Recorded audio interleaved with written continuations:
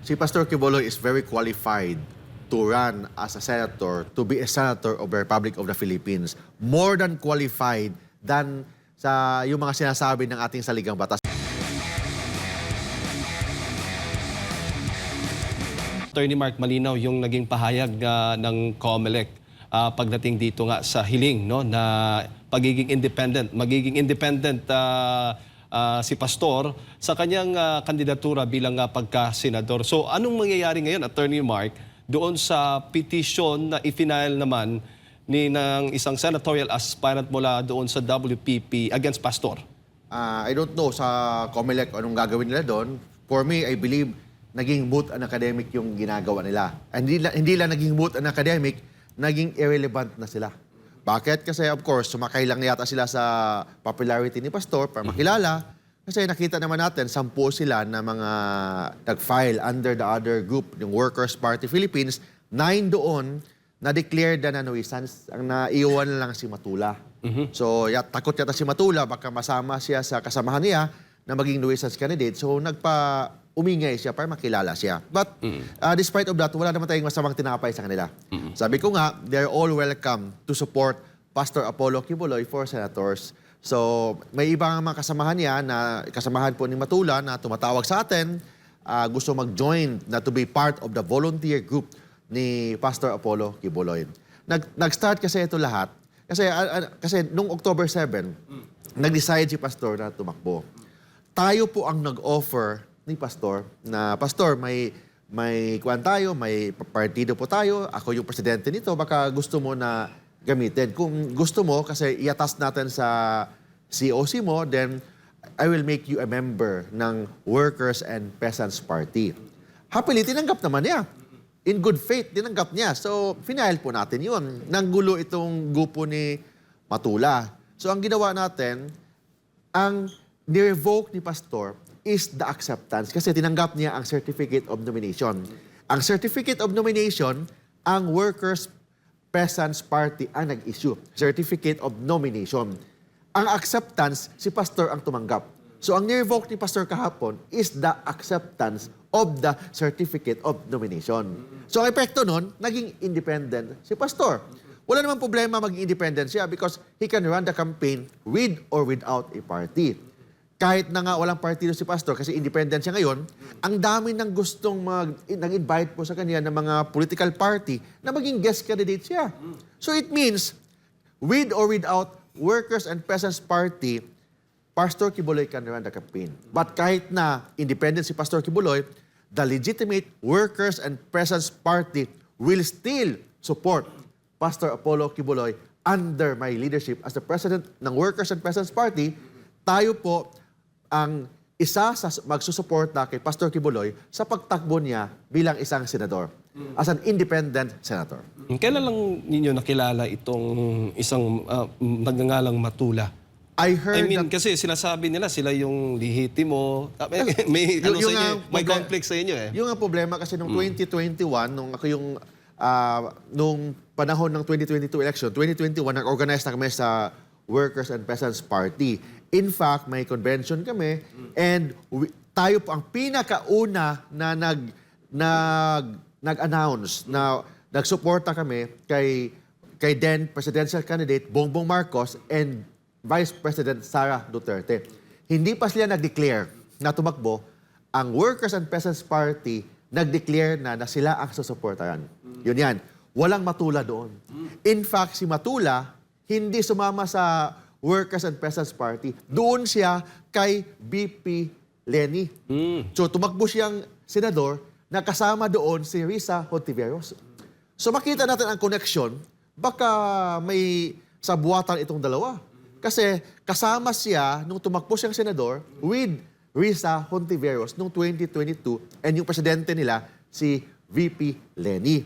So that's why inabandon na niya ang WPP nung tumakbo siyang senador under VP Leni kasi ang WPP is kasama yon sa nagsuporta sa Team Unity ni BBM and Sara noong 2022. So, pero kahit na history lang naman lahat yon, so ang sabi ko nga sa kanila, lahat sila, yung grupo ni Matula, they're all welcome to join the volunteer team of Pastor Apollo Kibuloy. That's why ang dami nang tumatawag sa atin. Yung yung 9 senators nila na declared a nuisance, tumatawag na sa atin, gusto nang sumama dito sa team natin. Dami nang tumatawag na gusto. Of course, I don't know pero hindi pa naman official, tumatawag na muna sa akin na nag-express na intention na mag-join sa party. May mga iba ding mga kasamahan nila. In fact, hindi lang ako tinawagan. Mismo itong kasama natin katabi nito, tinawagan din. So it means, may mga grupo sila na gusto nang mag-support ni Pastor Kibuloy. That's why, wala akong masamang tinapay ni Matula at saka yung mga kasamahan nila. They are all welcome to support Pastor Apollo Kibuloy. Malinaw, attorney, na ikaw yung nauna. Yes, tama. Pioneering na kasama ka dito. Tama naman, but hindi natin pwede na sabihin kasi this is politics and ang advocacy ni Pastor Kibuloy is pro-God, pro-Philippines, and pro-Filipino. Dapat mahalin natin ang kalaban natin kahit na anong pinagsasabi nila sa media. Hindi tayo pwedeng magsalita laban sa kanila because at the end of the day, they're all Filipinos. And one of the advocacy of Pastor Kibuloy is pro-peasants, pro-labor. So, they're all welcome. Ang ginawa na natin kahapon is sinadmit natin yung letter. Ito yung letter ng COMELEC ni Pastor Kibuloy na may signed signature mismo ni Pastor Kibuloy na ang ginawa natin, sinadmit natin mismo sa COMELEC and si Pastor Kibuloy, ni-revoke niya ang acceptance of the nomination and informing COMELEC na tatakbo siyang senador as an independent. Seriously, Pastor Kibuloy is running. Hindi pwede yung mga sinasabi nila na kung lang daw, nagtakbo-takbo lang. Hindi. Serious po ang pagtakbo ni Pastor Apollo Kibuloy. Bakit masabi natin yan? Ngayon pa lang, well-prepared na ang lahat po ng mga bills na gusto niyang i-file sa Senado kung maging senador po si Pastor. Well-prepared yun. Focus sa pro-God, mga pro-Filipino, pro-poor, about education, about sa mga benefits ng mga police, benefits ng mga AFP, benefits ng mga teachers, about infrastructure, about issues about WPS, the West Philippine Sea. Hinanda namin yan kasi we discussed. In fact, nandito yung mga notes ko na nag-usap kayo ni Pastor. Nandito yung mga notes ko, ano yung mga stand po ni Pastor in current issues like federalism, about divorce, about death penalty. Pinag-usapan natin lahat. And si Pastor Kibuloy is very prepared na maging senador. So, hindi na niya kailangan ng mga training kasi prepared si Pastor Kibuloy na maging senador ng Republika ng Pilipinas. Bago natin i-discuss yung mga plataforma ni Pastor, si Admar yung magtatanong yan na attorney. Huli na lang mula sa akin. Ang nalinaw dito, para lang hindi magkagulo yung partido mismo sa loob, si Pastor nag-giveaway siya. Tama yan. So, kahit na hindi naman ibig sabihin na ni-recognize natin si Matula na sila ang legitimate. Wala tayong sinasabing ganon. Kahit na i-claim nila yan, wala tayong sinasabing ganon. Ayaw lang ni Pastor Kibuloy na ma-involve sa any intra-party dispute if there is any. If there is any. Kung meron man, hindi natin sinasabi na meron man. Kung meron man, ayaw ni Pastor Kibuloy na masama dyan sa intra-party dispute. So, but hindi ibig sabihin na ni-recognize natin na si Matula Group is the legitimate one. Okay? Tama, legitimate lahat ng kono ni Pastor. Naka-attach sa kanyang certificate of candidacy. Legitimate lahat yon. Permado po yan ng authorized signatory na naka-registered sa COMELEC. But, ayaw lang ni Pastor na masama yung mga intra-party dispute. Kasi ang gusto ni Pastor, focus po tayo sa campaign. Focus si Pastor Kibuloy sa kaniyang mga advocacy. Focus si Pastor Kibuloy sa kaniyang mga platform of government na kailangan ipaliwanag sa lahat ng mga Pilipino. So, sayang yung oras kung makisaw-saw pa siya kung may kaguluhan man sa Workers and Peasants Party. Kasi it's a waste of time. So baka sumikat lang yung mga nanggulo dyan. Kasi ang purpose ni Pastor is tumulong sa taong bayan. So doon mag-focus si Pastor. Ang pagtulong sa taong bayan, paano niya gawin ang duties and function ng isang senador na maka-benefits ang mga Pilipino, ang mga ordinaryong Pilipino. Yun ang focus ni Pastor Kibuloy. Attorney, may buntag. Abay, buntag, Mar. Oo. Kumbaga, nabanggit din sa report kanina ni partner Margot na ang tanging ire-resolba ng COMELEC ay yung gusot doon sa WPP, no, with Sani Matula and sa inyo po, dahil nakapag-decide na sila sa kabila ng merong mga petisyon na hindi pwede makatakbo si pastor, nakapag-decide na sila at nabanggit nga yun ni Commissioner or Chairman George Garcia na maaring makatakbo si pastor dahil hindi na napag-uusapan dito kung may partido o wala, kahit independent ka at nakikita naman nilang kakayanan talaga ng butihing pastor na makapagsagawa ng malawakan na pangangampanya. So wala nang silbi talaga kahit na yung inihain na petisyon ni Matula. Per COMELEC chairman, hindi niya ginawang factor yung membership ng partido. It's more on the background ng isang kandidato, yung intent ng isang kandidato kung maging senador siya, kung serious ba siya na tatakbong senador sa Pilipinas. Yun talaga ang kinonsider. So it's not the membership of a party. In fact, with or without a party, Pastor Quiboloy can run the campaign. With or without a party, kahit na hindi siya maging guest candidate, Pastor Quiboloy can run the campaign. How much more na maraming mga political parties na inibita si Pastor Quiboloy na maging guest candidate. So pag ganun nangyari, so mas malaki pa ang we cannot mention the political parties kasi it's still on process, but itong mga political parties mas malaki, mas maraming members kesa WPP. Yun yan. So, with all due respect sa mga members natin sa WPP, Pastor Quiboloy can run the campaign with or without Workers and Peasants Party. But the members of the Workers and Peasants Party under my group or even the group of Matula still welcome na tutulong sa senatorial campaign ni Pastor Apollo Quiboloy. Ang kamangha-mangha pa dito, Attorney Mark, dahil yung ibang mga kumandidato na bago pa man ang mismong paghahain ng COC ay nagkakapag-ikot na, nakakapag-promote na ng kanilang sarili, makikita na natin yung kanilang mukha sa iba't ibang mga lugar sa bansa. Si Pastor, late na talaga nakapag-decide, no? Pero kapansin-pansin at kahanga-hanga, ang dami na niyang mga panukalang batas na ihahain sa sandaling manalo siya bilang senador. Hindi pa ito senador, ha. Kumbaga, nandun pa sa senatorial aspirant pa lang, pero detalyado yung mga panukalang batas sa attorney. Meron ka bang ma-i-share sa ating mga kababayan kung ano? Ang daming batas na gusto ni Pastor Quiboloy. Ang na-mention niya sa akin, 47 ready na. So, sa lahat ng kandidato ng mga senators, si Pastor Quiboloy pala ang pinaka-prepared. Kahit na yung mga incumbent o yung babalik, mas prepared pa rin si Pastor Quiboloy na maging senador ng Republika ng Pilipinas. Marami. Number one, benefits ng mga Air Force, mga military, and yung mga PNP.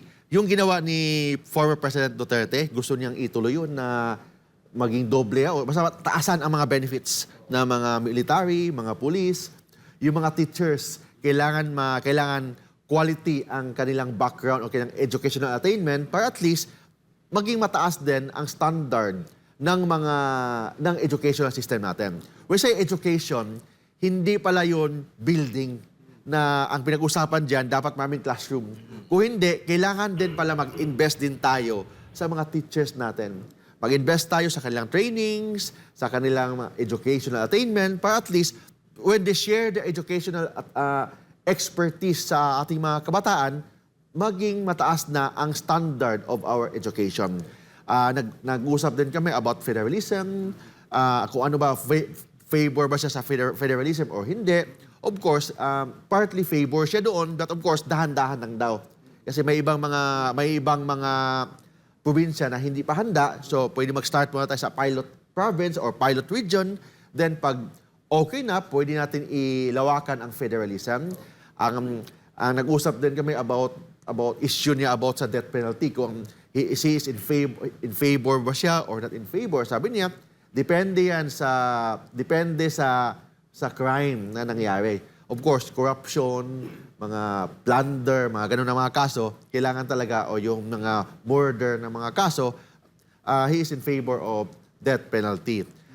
Nag-usap din kami about sa issue about same-sex marriage. Sabi niya sa akin, kung magmahalan ang dalawang babae o dalawang lalaki, he's not talking based on his spiritual. He's talking as a citizen. Kung magmahalan daw ang babae, lalaki, will it affect our economy sa Pilipinas? Yung tanong niya sa akin, Mark, maka-epekto ba sa Pilipinas kung ang dalawang babae magmahalan? Maka-epekto ba sa ekonomiya ng Pilipinas kung ang dalawang lalaki magmahalan? Sabi ko, hindi. O they can't. It means mataas ang respeto ni Pastor sa mga LGBTQ. But of course, sinasabi ko ito, not in the spiritual or the biblical sense, but as a Filipino and as a citizen of the Philippines. Of course, pinasabi din niya about divorce. Sabi niya, sa divorce, depende din. Of course, ang divorce, kailangan respetuhin natin ang kasal, respetuhin natin ang pagmamahalan, and because marriage is one of the basic institution ng asang Pilipinas. But paano naman, sabi ko ni Pastor, Pastor, yung irreconcilable na hindi na talaga magkasundo? Kung hindi na talaga magkasundo, may annulment naman. So annulment lang, kailangan lang, hindi lang for the rich. Kailangan lang, pwede rin ma-afford ng mga mahirap or mga ordinaryong Pilipino. Paano? Kailangan supportaran po natin ang PAO, ang Public Attorney's Office, na at least they can accept maraming mga benefits ang mga PAO lawyers para at least they will also give focus hindi lang sa criminal cases, but they will also give focus sa mga annulment cases sa ating mga peasants or mga less privileged na mga Pilipino. Yun ang mga basic na sinasabi niya. Of course, marami yun. 47 lahat yun. Hindi ko pa may version iba eh. Kasi sa dami, but very prepared si Pastor Kibuloy na maging senador ng Republika ng Pilipinas. Dito pa lang, attorney, makikita mo na kung gaano kagaling ang butihing pastor. Kaya nga ang resulta niya is kung ano ang nangyari at makikita mo sa KOJC. Yung talaga yung pinaka-exhibit A ng kanyang mga nagawa at ito yung patunay na talagang pinaghahandaan niya lahat ng bagay. Hindi pwedeng bara-bara lang, hindi pwede yung suntok sa buwan lang na iisipin paano manalo bago doon maggagawa ng panukalang batas. Hindi napilitan si Pastor Apollo Kibuloy na tumakbong senador. Yes, na-decide siya last hour na, October 7 ng hapon or ng gabi. But bago siya nag-decide, handa na siya ano ang dapat niyang gawin bilang isang senador ng Republika ng Pilipinas. Ang senador na madaling lapitan, willing makinig sa mga hinaing ng mga ordinaryong Pilipino.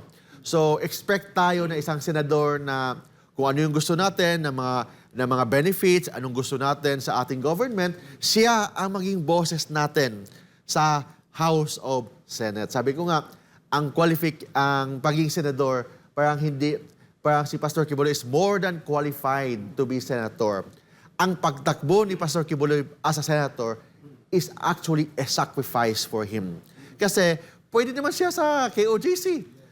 Nasagot naman niya yung mga kaso niya. Ma-dismiss naman lahat yun. Sa KOJC siya, focus siya sa spiritual niyang duties as a pastor. But bakit pa siya kailangan mag-senador? Kailangan niya mag-senador kasi kailangan ng Pilipinas ang isang Apollo Kibuloy na maging senador ng Republika ng Pilipinas. Therefore, ang pagtakbo ni Pastor Kibuloy bilang senador sa Pilipinas is actually a sacrifice sa lahat po ng mga Pilipino. Partner Jade? At maganda yan, attorney, dahil meron nang example si Pastor. Oh, yes. Yung KOJC, yun ang gagamitin niyang blueprint ngayon, yung ginawa niya sa KOJC, sa buong Pilipinas. At matagal na ito, simula pa, attorney, kung maalala mo, si Pastor, talagang sinasabi niya, sinishare niya na sana gusto ko talaga na ganito mangyayari sa Pilipinas, napakagandang kalikasan. Kaya Visionary. Yes, Very marami. visionary si Pastor. So, yun ang masabi natin. So, kanina pa, nung isang araw, kahapon, nakausap ko si Pastor, sabi ko, nung isang araw pala, sabi ko, Pastor, if you become a senator, ano yung mga committee na gusto mong hawakan. Oh. Sabi niya, gusto niya siya maging chairman ng Blue Ribbon Committee. Kasi gusto niya zero corruption, so bantayan niya lahat ng mga corrupt dyan sa ating government. So gusto niya maging chairman or maging at least member man lang ng Blue Ribbon Committee.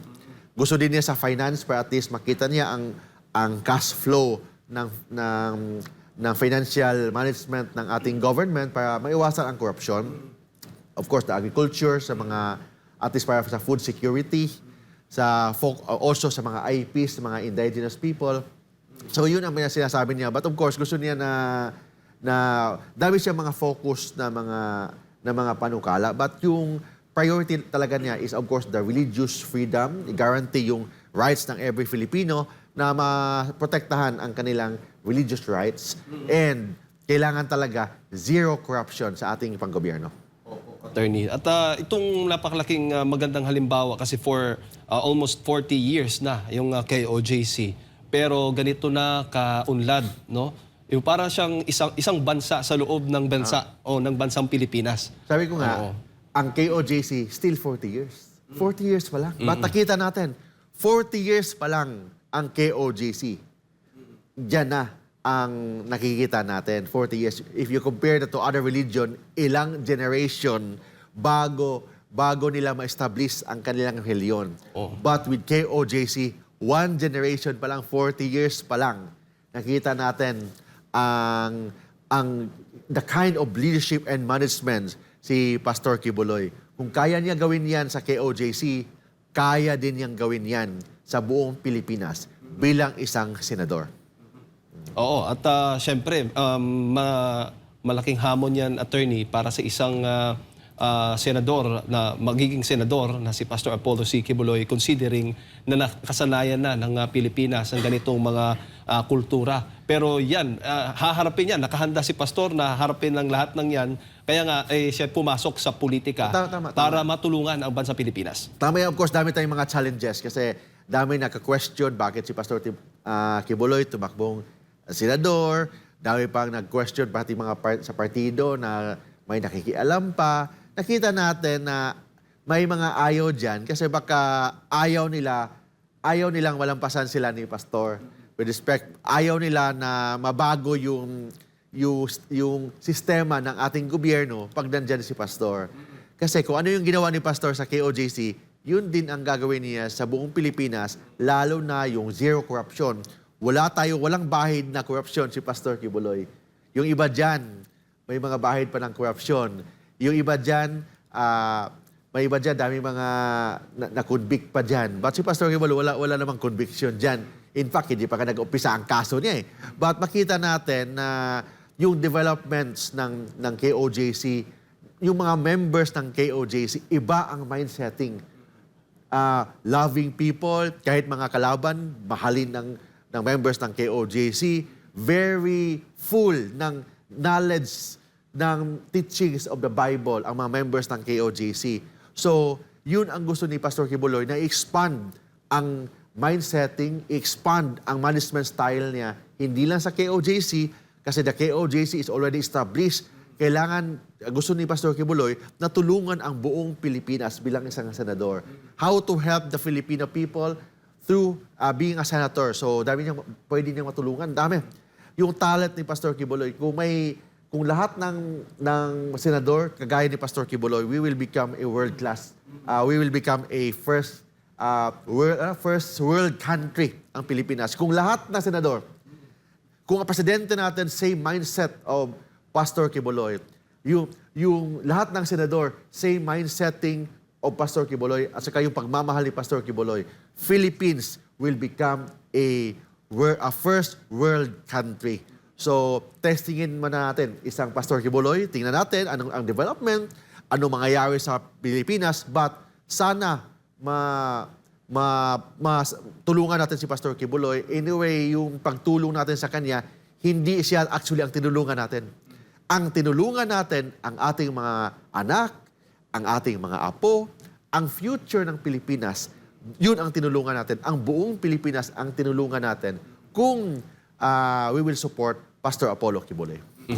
Siguro, attorney, huli na lang mula sa akin, yung kasi bilang isang sa dami ng mga plataforma ni Pastor. Pero ikaw bilang isang Pilipino, abogado at isang mamamayan ng Pilipinas, ano yung anong problema sa bansa ba? Yung para sa iyo, yung gusto mong unahin Gutom. na tugunan ni Pastor Apollo C. Gutom. Ibig sabihin, yung daming mga peasants, daming naghirap sa Pilipinas. So yun, paano natin tugunan yan? So may program na si Pastor about yung mga informal settlers. Daming mga informal settlers sa Pilipinas. So ang gagawin ni Pastor, gusto ni Pastor na yung mga informal settlers, mga urban poors, bigyan ng trabaho. Dapat hindi sila pabigat ng ating government. Kung hindi, sila pa ang tutulong sa ating gobyerno para aangat ang ekonomiya.